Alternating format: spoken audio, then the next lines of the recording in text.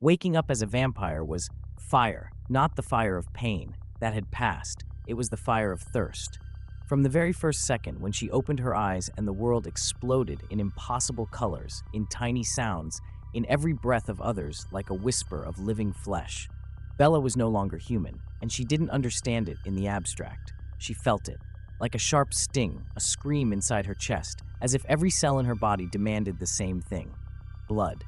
Carlisle was there, Edward too, and even though their faces radiated calm, Bella could only focus on the thin vein in Esme's neck, a heartbeat.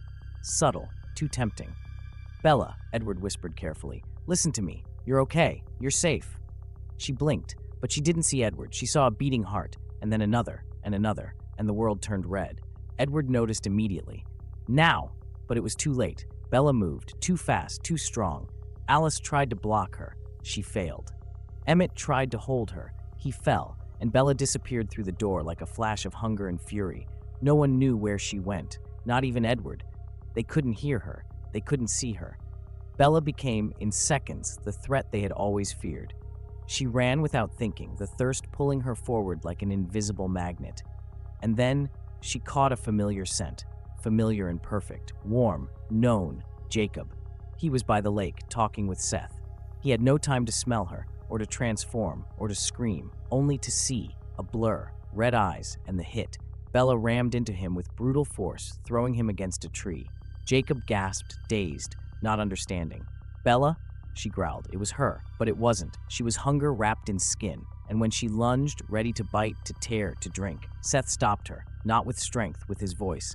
"It's Jacob. Bella, please look at him. Look at us." And for a moment, the vision shifted. The world paused. Bella saw Jacob lying on the ground, his shirt torn, his blood, on his arm, on his face, and on her hands.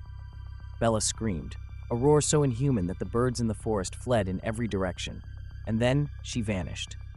The next time Edward saw her was 2 days later. She was alone in a cave near Mount Rainier, with torn clothes, hands covered in dirt, and her eyes no longer bright red, but dim, as if something inside her had shattered.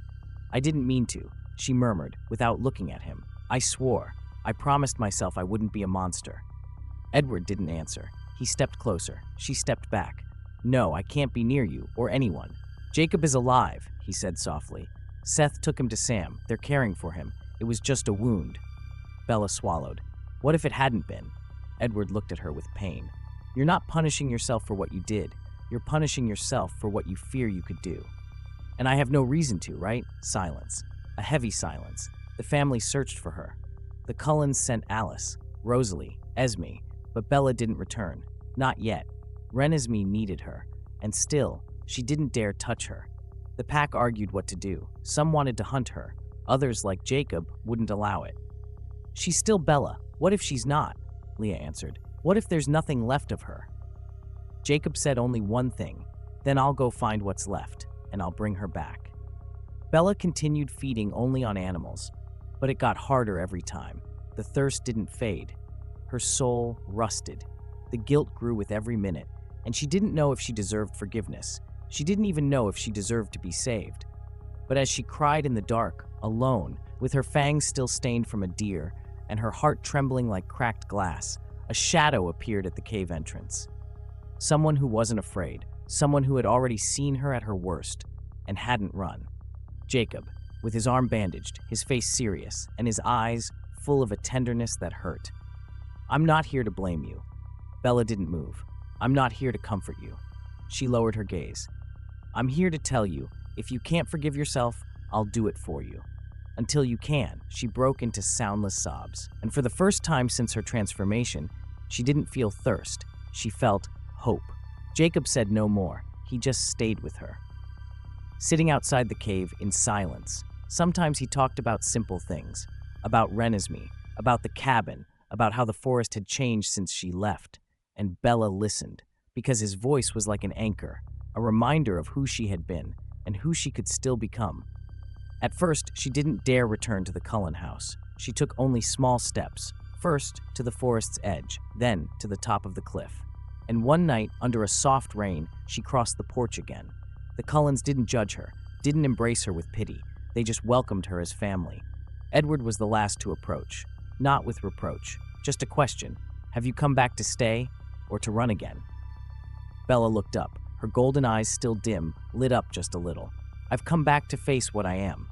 And that was enough. In time, Bella saw Renesmee again. It was in the clearing, surrounded by family.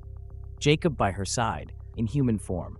Renesmee ran to her, and Bella stepped back. She trembled, but she didn't attack. The thirst was there, but it wasn't stronger than love. Renesmee touched her cheek, and in her mind, Bella saw all of her daughter's memories. The waiting, the crying, the times she asked for her, the nights she slept hugging a sweater that smelled like her. And Bella, for the first time since her transformation, fell to her knees and cried without tears. Recovery was slow. The guilt didn't go away, but she learned to live with it, to use it as a guide, not a chain, and Jacob never left her side, nor Edward, nor her daughter. In time, the Volturi sent a message. We know what happened. It won't be necessary to act, if you maintain control. Carlyle responded with courtesy and firmness, and Aro, though curious about the newborn Bella with unstable will, didn't risk another war, because Bella's story had become legend, not as the perfect vampire, nor as the heroic mother, but as the one who fell, consumed by thirst, and rose again through love. Years later, in another forest, under another sky, Bella told Renesmee everything. She spoke of what she'd done, of what she almost lost, of what she still feared. Do you hate yourself for it? The girl, now more like a teenager, asked. Bella looked at her with a calm that had taken years to build. Not anymore, but I forgive myself every day again. Renesmee nodded, as if she understood better than her age allowed. I'm not afraid of you. I never was. And Bella, for the first time in a long while, allowed herself to truly smile. Because yes, the thirst would always be there, the memory of the mistake too. But the monster that once roared inside her had learned to live in silence.